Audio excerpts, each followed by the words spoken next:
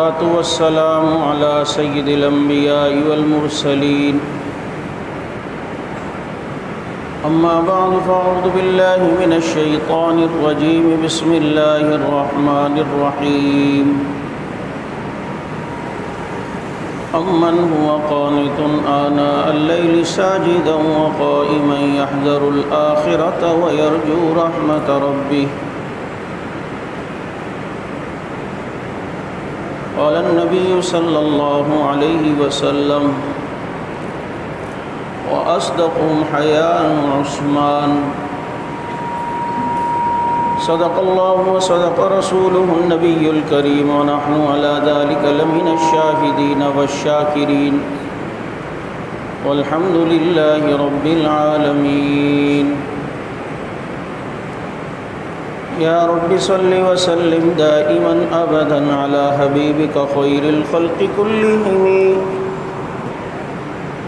هو الحبيب الذي ترجى شفاعته لكل هول من الأهوال مقتحم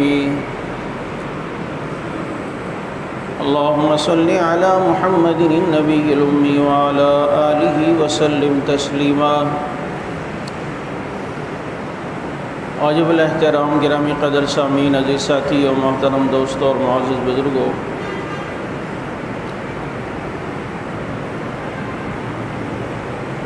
ذی الحج کا مہینہ اپنا دوسرا عشرہ شروع کر چکا ہے اور 2 دن بعد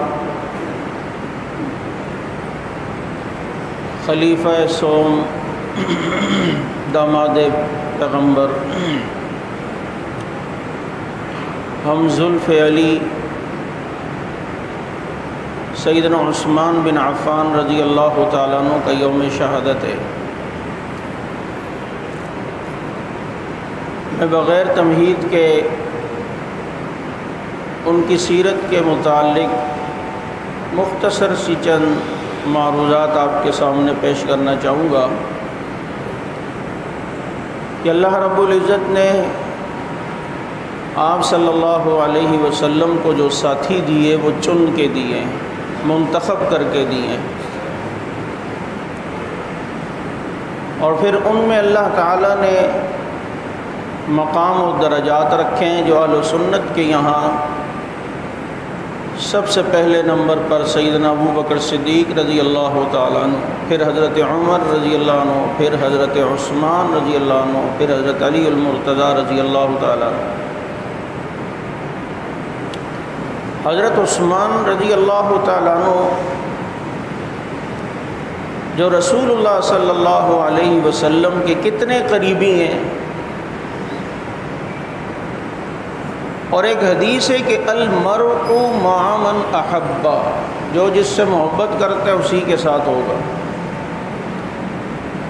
تو عثمان کی نبی سے محبت اور یارانہ کیسا ہے کہ نبی نے فرمایا لکل نبی رفیق ورفیقی فی الجنت عثمان، ہر نبی کا ایک ساتھی ہوتا ہے اور میرا ساتھی جنت میں عثمان ہوگا۔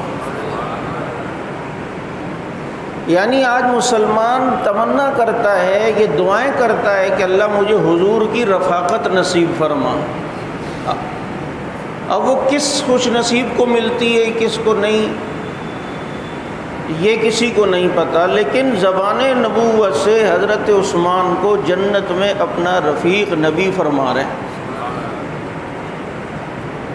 یعنی ان حضرات کی عظمتوں کو دیکھیں کہ نسبت رسول کی وجہ سے اللہ تعالیٰ نے انہیں کتنی شانیں عطا فرمائی اور کتنی بلندیاں عطا فرمائی، کہ رسول اللہ صلی اللہ علیہ وسلم نے کتنا اعتماد کیا ہے حضرت عثمان رضی اللہ تعالیٰ عنہ پر کہ اپنی بیٹی کا نکاح حضرت عثمان رضی اللہ تعالیٰ عنہ سے کروایا۔ یہ تو کوئی انصاف نہ ہوا کہ ایک داماد کو مانو اور دوسرے داماد کو انکار کر دو اور اسے مسلمان تک ماننے کے لیے تیار نہ ہو۔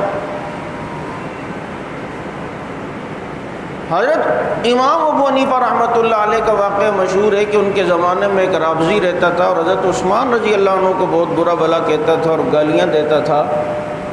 تو امام ابو حنیفہ رحمۃ اللہ علیہ ایک دن اسے ملے اور کہنے لگے یار ایک رشتہ آیا ہوا ہے لڑکے کا، اور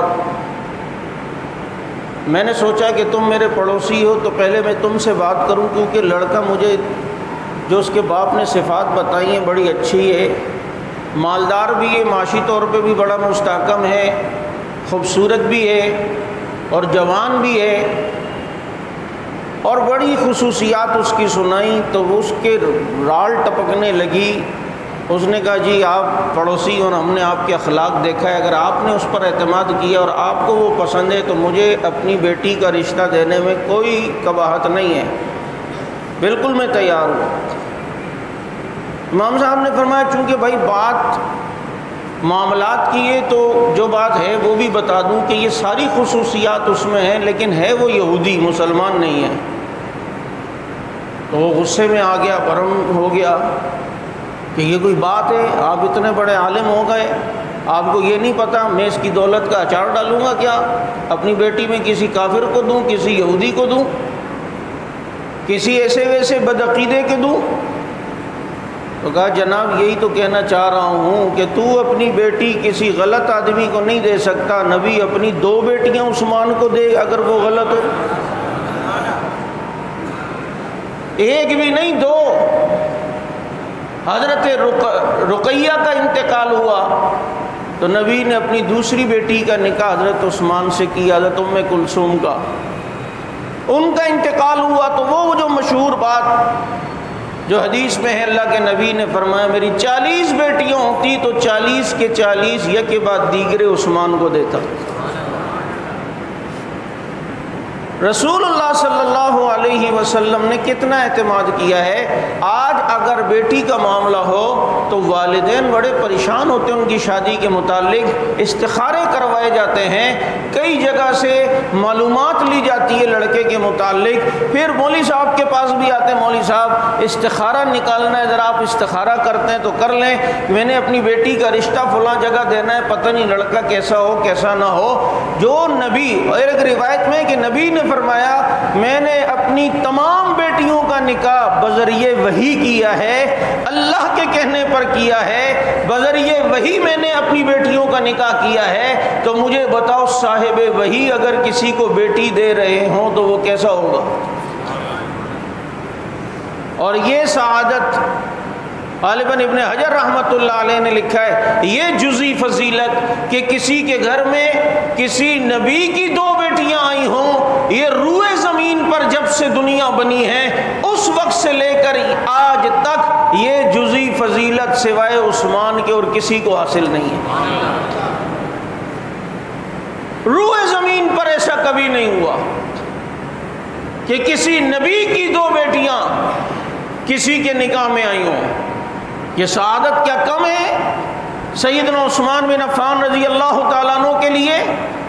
اور کون عثمان؟ وہ کہ جس کو رسول اللہ صلی اللہ علیہ وسلم نے جنت کی بشارت ایک بار نہیں 2 مرتبہ دی ہے، اور پھر صرف ان کو بشارت نہیں ملی بلکہ عثمان کی وجہ سے اللہ رب العزت نے صحابہ کو بھی رضی اللہ عنہ کا ٹکٹ دی ہے۔ کچھ باتیں ریپیٹ کی جاتی ہیں تاکہ ذہن کے گوشے میں اچھی طریقے سے محفوظ ہو جائیں۔ رسول اللہ صلی اللہ علیہ وسلم کی حضرت عثمان رضی اللہ تعالیٰ عنہ سے محبت کتنی ہے، میں صرف 1-2 واقعات اس کے متعلق آپ کو بتانا چاہتا ہوں، اور ضرور آپ نے وہ سنے ہیں۔ ایک تو حضرت عثمان رضی اللہ تعالیٰ عنہ سے محبت آپ صلی اللہ علیہ وسلم کی کتنی ہے، آپ جانتے ہیں ترمذی شریف میں ہے، جنازے کی صفیں درست ہوئی ہیں، پیچھے صحابہ کھڑے ہیں، میت لا کے رکھ دی گئی ہے، اتنے میں اللہ کے نبی جنازہ پڑھانے آئے، رحمت للعالمین انک لعلی خلق عظیم کے مجسم، کہ جن سے بہتر اخلاق کسی کے نہیں، جن سے بہتر خلق کسی کا نہیں، جن سے بہتر تدبیر کسی کی نہیں، جن سے بہتر حلم کسی کا نہیں، جس سے بہتر اخلاق کسی کے نہیں۔ اب یہ صفے درست جنازہ رکھا ہے، میرے پیغمبر اپنے وانتا حلم بہذا البلد والے قدموں کے ساتھ چلتے ہوئے آ رہے ہیں، ادھر جناب حضرت اب آپ صلی اللہ علیہ وسلم پہنچے، حضرات صحابہ کرام کھڑے ہیں، نبی کی نظر میت پہ پڑی، فرمایا اٹھاؤ، میں محمد اس کی نماز جنازہ نہیں پڑھاتا،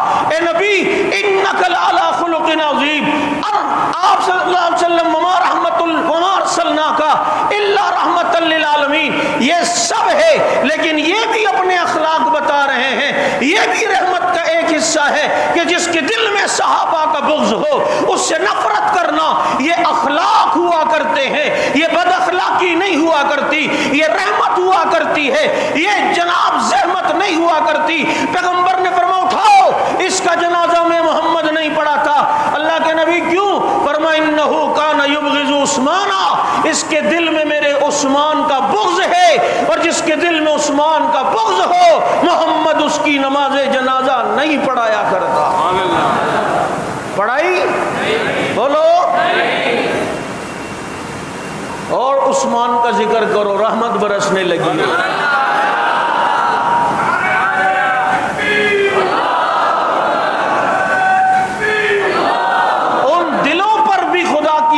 خدا کی رحمتیں برستی ہیں جن دلوں میں صحابہ کی محبت ہو۔ یہ میرے نبی کے اخلاق کا حصہ ہے یا نہیں؟ آج اگر کوئی مسلمان ایسا کرے، کوئی صحابہ کا دشمن ہے، یوں ہاتھ بڑھانے لگے آپ کو، no don't touch me please, get out, تو آپ آگے سے کیا کہو گے؟ ابے یار ایسا تو نہیں ہوتا، کوئی اخلاق کا بھی حصہ ہوتا ہے، کوئی تو اخلاق پیغمبر سے زیادہ جانتا ہے؟ ایسے بحث چلتی ہے نا کہ اسلام تلوار سے پہلا یا اخلاق سے، تو بدر نبی کا اخلاق نہیں ہے؟ بولو۔ احد تبوک نبی کے اخلاق نہیں ہے؟ تو جب انک لعلی خلق عظیم، اے نبی آپ اخلاق کی معراج پہ پہنچے میں، اور میرے پیغمبر کا یہ عمل بتاتا ہے کہ یہ بھی اخلاق ہے۔ کیوں؟ صحابہ کے بغض رکھنے والے کو دل سے لگاؤ تو صحابہ کرام کو اگنور کرو، اس سے بڑی بد اخلاقی کوئی ہوگی؟ یہ بھی تو پھر بد اخلاقی میں آئے گا کہ جانیں جو آپ کے لیے دے، مال جو آپ کے لیے قربان کرے، سب کچھ آپ کے لیے لٹائے، اب اس کے دشمن کے اپنے قریب کرو اور اس کو اگنور کر دو، یہ تو پھر بد اخلاقی ہوئی نا۔ تو اس میں اخلاق کا پہلو کیا نکلا ہے کہ عثمان کو قریب کیا ہے، دشمن عثمان کو دور بھگایا ہے، یہ عین پیغمبر کے اخلاق ہیں۔ تو حق نواز اخلاق والا تھا یا نہیں؟ بولو۔ اور پھر اگر اس دن غالباً فاروقی صاحب فرمانے لگے کہ جو رافضی کسی مولوی کے بارے میں کہے ڈے خسڑے دے، یہ بہت اچھا ہے بھائی، یہ حضرت تو ماشاءاللہ، بس میں کیا کہوں، حضرت مجھے بہت پسند ہے، بس یہ۔ تو ایک بڑا عجیب سوال کیا کہ اس میں ایسی کون سی خوبی اور خصوصیت ہے جو صحابہ میں نہیں تھی؟ کوئی ایک خوبی تو ہوگی، پھر اس کا مطلب ہے کہ اس کو صحابہ اچھے نہیں لگتے لیکن یہ اچھا لگتا ہے۔ تو ایسی کون سی خوبی حضرت صاحب میں ہے کہ جو صحابہ میں نہیں تھی؟ پتہ چلتا ہے اچھا اس کو یہ بھی نہیں لگتا، لیکن اس ٹائم مطلب ہے، کیا ہے؟ مطلب ہے، اور اپنے آپ کو صاف کرنا مقصد ہے کہ جی وہ جو اتنی محنت ہوئی ہے، اب جو گندے ہو گئے ہیں کس طرح دھلیں، کس طرح صاف ہوں، کس طریقے سے۔ اب اسی وجہ سے تو وہ امین شہیدی نے ویڈیو بنائی ہے ابھی اس ہفتے، کوئی بھی تکفیر نہیں کرتا صحابہ کی، آج تک کوئی ایسا ہے نہیں جس نے کی ہو۔ میں کہا ہم یہاں پھر چھولے بیچنے آئے میں کیا؟ اب کیوں؟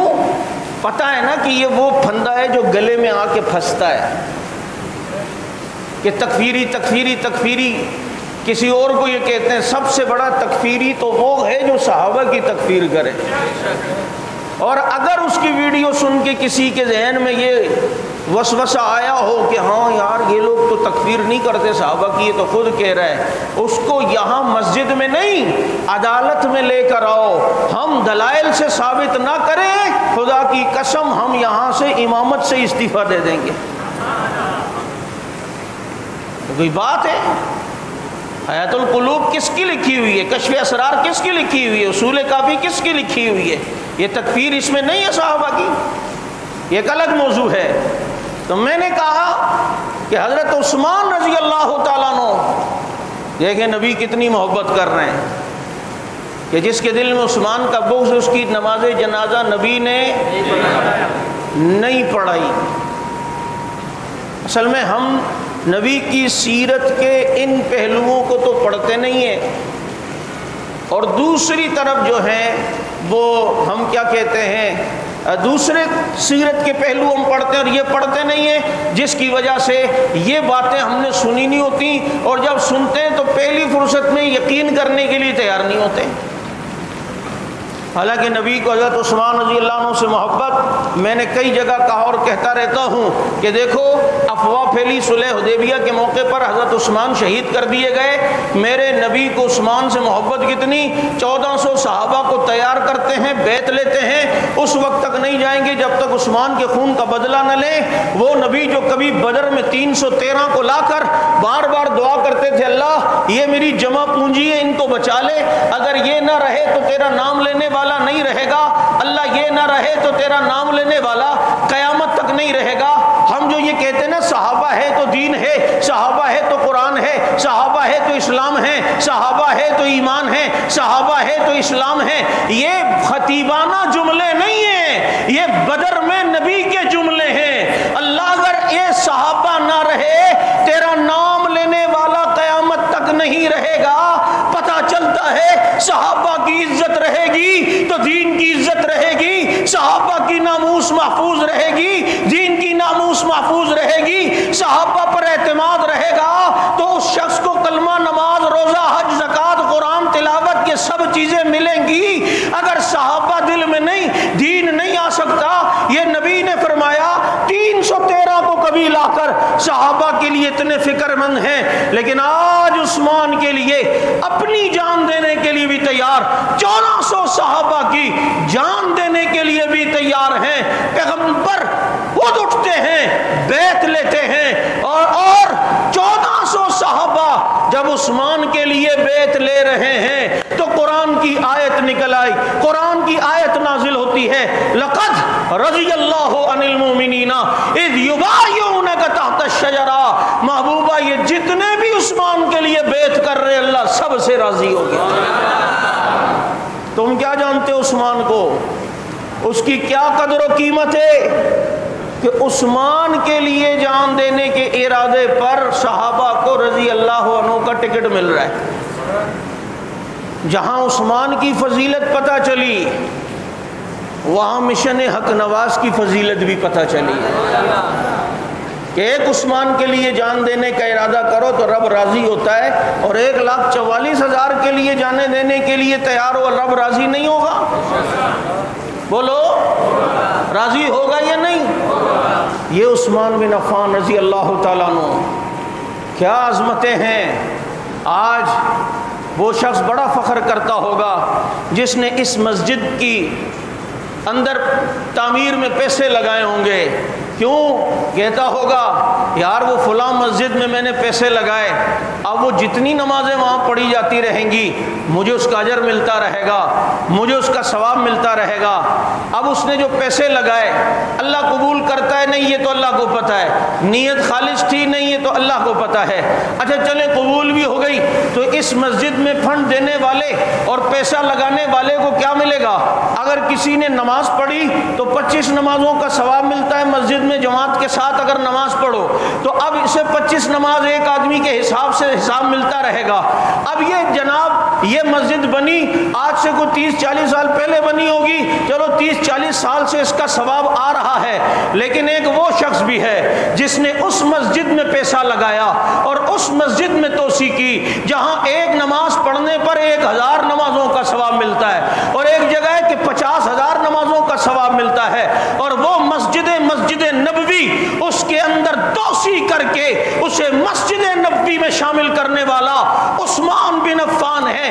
قیامت تک اس حصے پر جتنی بھی نمازیں پڑھی جاتی رہیں گی عثمان غنی کا کھاتا کھلا رہے گا۔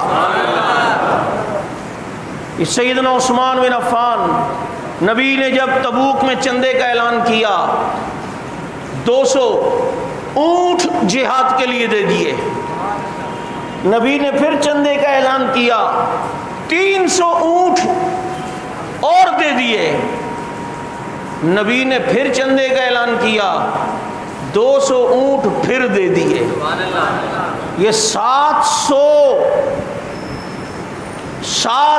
اونٹ اللہ کی راہ میں دینے والا عثمان ہے.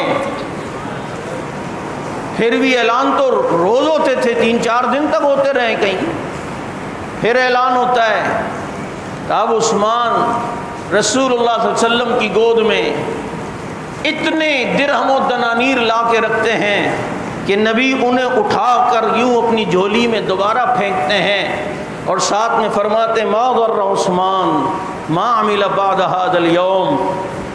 عثمان، جس کا مفہوم یوں بنا لیں تو بہت مناسب ہوگا کہ عثمان اگر تجھ سے کوئی گناہ بھی ہوگا تو اللہ اسے بھی نیکی بنا کے لکھے گا. یہ نبی کی بشارت ہے سیدنا عثمان بن عفان رضی اللہ تعالی عنہ کے لیے. اور کتنی بڑی خوش نصیبی ہے کہ جب بیعت لے رہے تھے نا تو نبی نے ایک ہاتھ کا فرمایا یہ ہاتھ عثمان کا ہے اور یہ میرا ہے. اپنے ہاتھ کو عثمان کا ہاتھ فرمایا اور نبی بذریعے وحی بولتے ہیں وما ينطق عن الهوى ان هو الا وحی یوحى. اور اللہ آگے کی بھی جانتا ہے.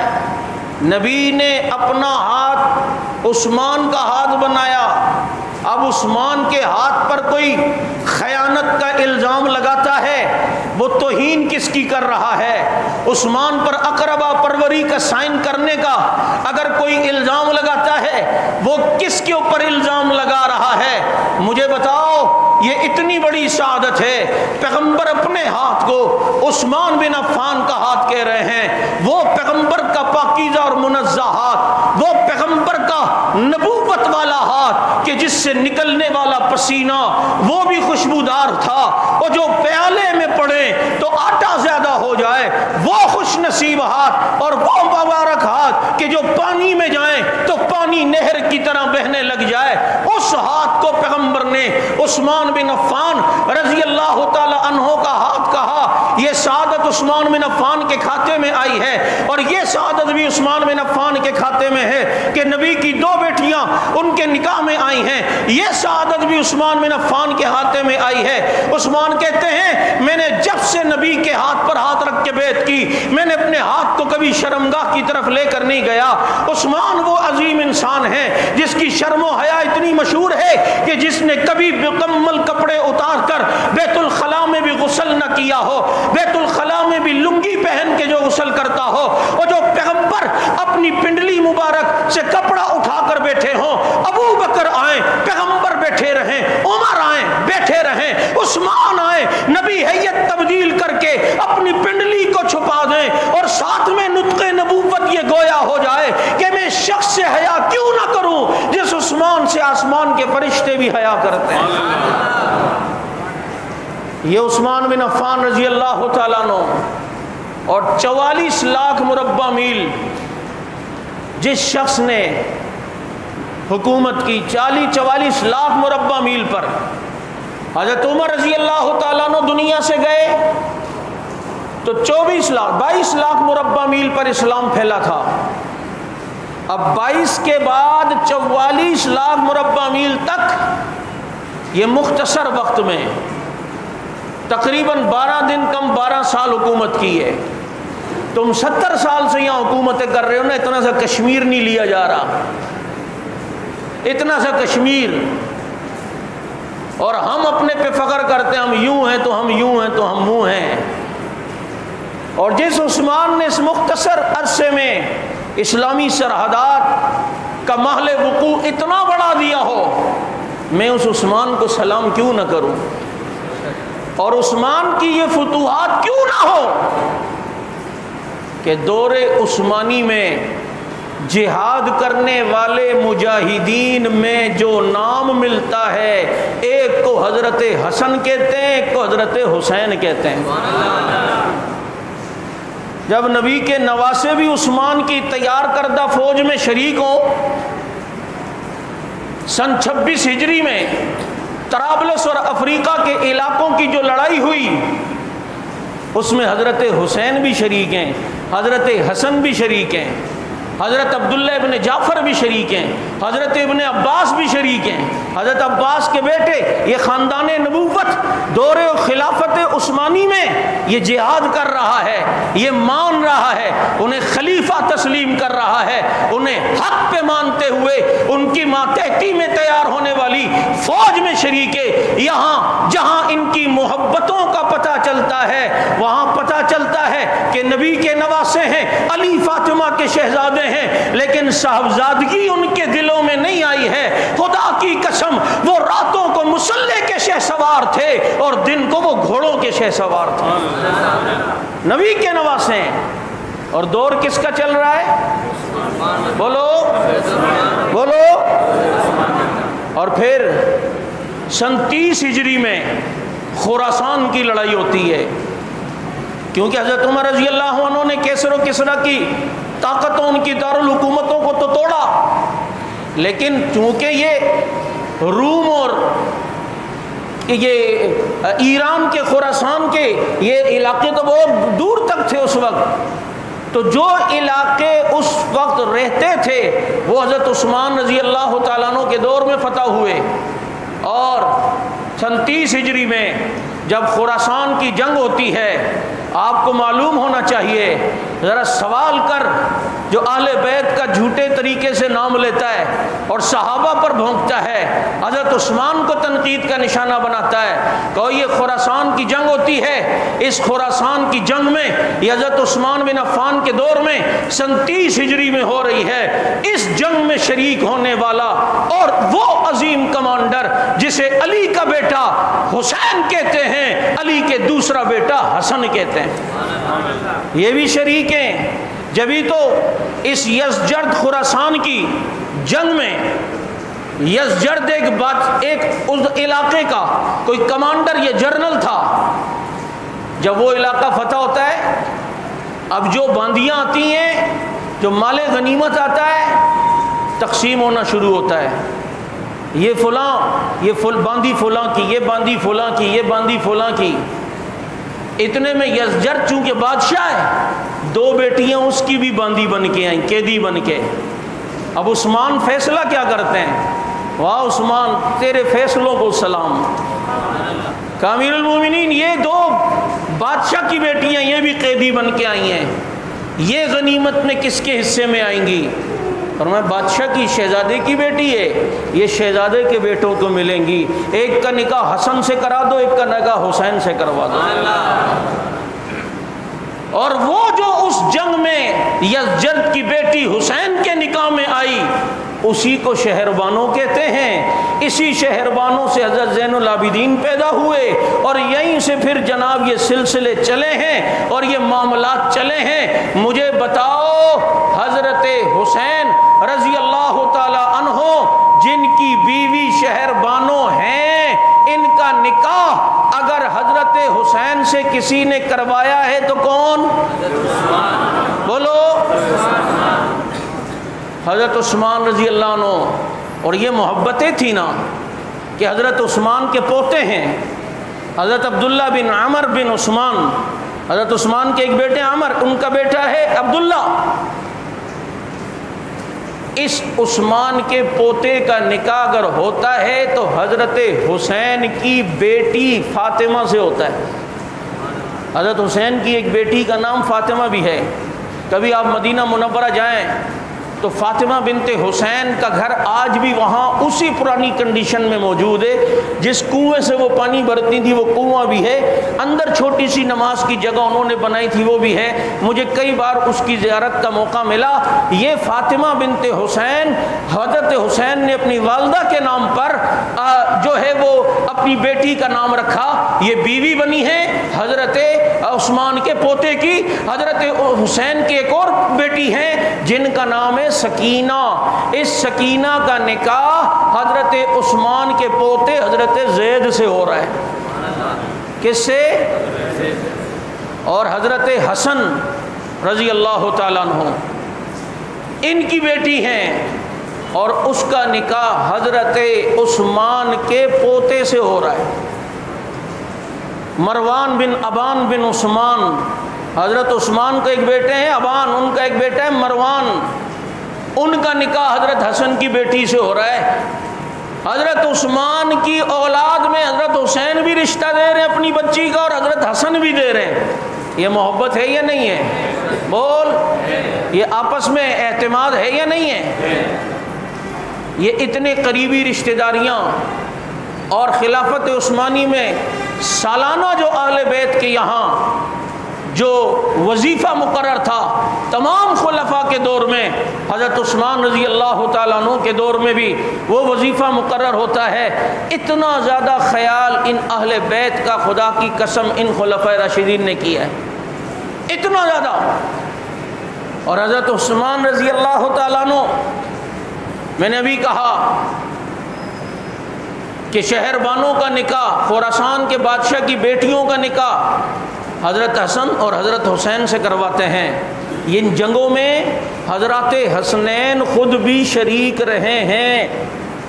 یہ تمہیں اس لیے بھی بتا رہا ہوں کہ آگے محرم بھی آ رہا ہے، اور کربلا کا واقعہ وہ ایسے پیش کرے گا جیسے حضرت حسین بالکل نازنین تھے اور بالکل صاحبزادگی نعوذ باللہ تھی، اور جناب دشمن تیر مار رہے تھے اور انہیں تو لڑنا نہیں آتا تھا، اور یہ بالکل جو ہے نا بیٹھے ہوئے تھے اور انہوں نے کچھ نہیں کیا تھا۔ یوں نہیں، حضرت حسین بھی مجاہد تھے، حضرت حسن بھی مجاہد تھے، کیونکہ علی کے بیٹے ہیں۔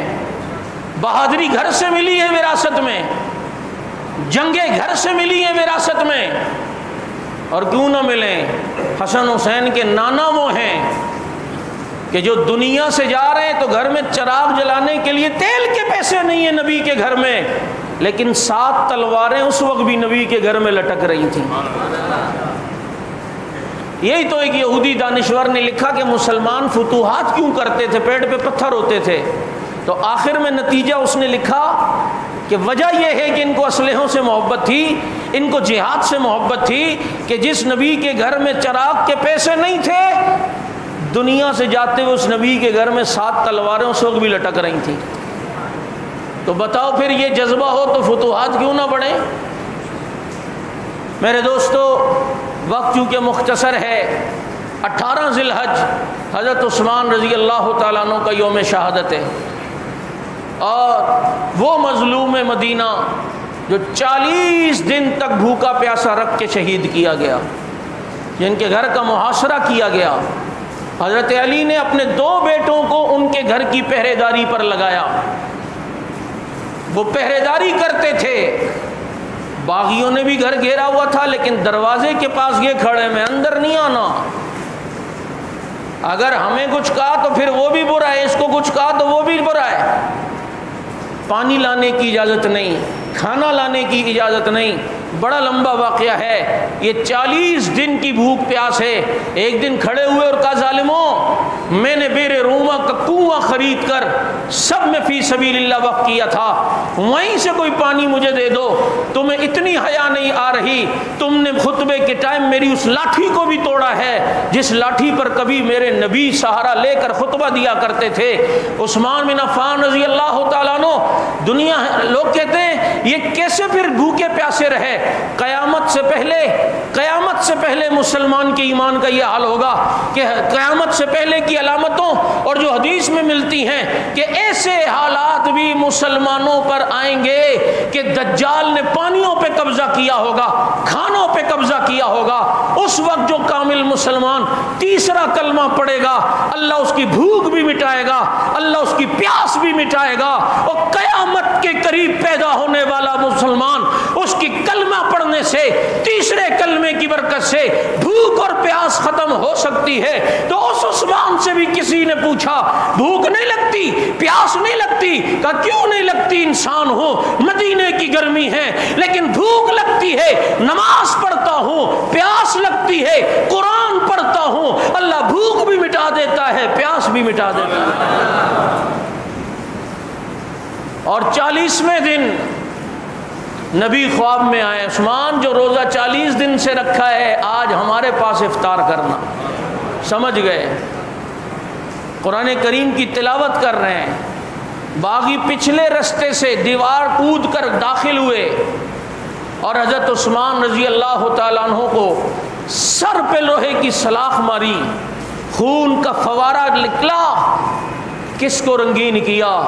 استنبول کے میوزیم میں آج بھی وہ قرآن کریم موجود ہے، نیٹ کا دور ہے، آج بھی سرچ کر کے وہ قرآن کریم کا نسخہ نکال لینا جس نسخے پر حضرت عثمان تلاوت کر رہے تھے، اور قرآن کی یہ آیت فَسَيَكْفِيكَهُمُ اللَّهُ، اس پر یہ عثمان بن عفان کے خون کے قطرات آج بھی موجود ہیں۔ عثمان قرآن کے سامنے شہید ہوتا ہے، کسی کی شہادت کی گواہیاں ناگن چرنگی کی مسجد دے گی، کسی کی شہادت کی گواہی بدر و احد و کربلا کا میدان دے گا۔ عثمان تیری شہادت کو سلام، تیری شہادت کی گواہی اللہ کا قرآن دے گا۔ آج بھی جنت البقیع میں بالکل آگے جا کر حضرت عثمان رضی اللہ تعالیٰ عنہ کی قبر ہے، 3 دن تک حضرت عثمان کی لاش اٹھانے نہیں دی میت۔ حضرت ام حبیبہ نبی کی بیوی میدان میں آئے اور کہا باغیوں اگر مجھے یہ میت اٹھانے نہ دی تو میں پیغمبر کی بیوی اب وہ بد دعا کروں گی تمہاری نسلیں تباہ ہو جائیں گی۔ گھبرا گئے۔ حضرت عثمان کے جنازے میں میت اٹھانے میں صرف 4 آدمیوں کو اجازت ملی اور وہ ان کی میت کو لے کر گئے جنت البقیع میں، دفن نہیں ہونے دیا، بقیع سے تھوڑا آگے دفنایا، لیکن انہیں کیا پتا تھا صحابہ جہاں قدم رکھتے ہیں وہ جگہ خود جنت بن جاتی ہے۔ آج جنت البقیع کا قبرستان حضرت عثمان کی قبر سے بھی آگے تک پھیل گیا ہے۔ یہ عثمان بن عفان رضی اللہ تعالیٰ عنہ ہیں، نبی کو ان سے اتنی محبت، ہمیں بھی محبت ہونی چاہیے یا نہیں؟ بولو، ہونی چاہیے۔ یہ مدینے کا مظلوم صحابی جنہیں 40 دن بھوکا پیاسا رکھ کے شہید کیا، 18 ذی الحج ان کا یوم شہادت ہے، اور آل و سنت مطالباتی جلوس ہمیشہ نکالتی ہے کہ جناب خلفائے راشدین کے ایام پر عام تعطیل کا اعلان کیا جائے۔ اس دفعہ بھی انشاءاللہ العزیز ہم نے حضرت عثمان بن عفان رضی اللہ تعالیٰ عنہ کے یوم شہادت پر 18 ذی الحج کو لسبیلا سے تبت سینٹر تک جلوس کا اعلان کیا ہے، اور مطالباتی جلوس انشاءاللہ ہوگا۔ آپ شریک ہوگے؟ شریک ہوگے؟ شریک ہوگے؟ اور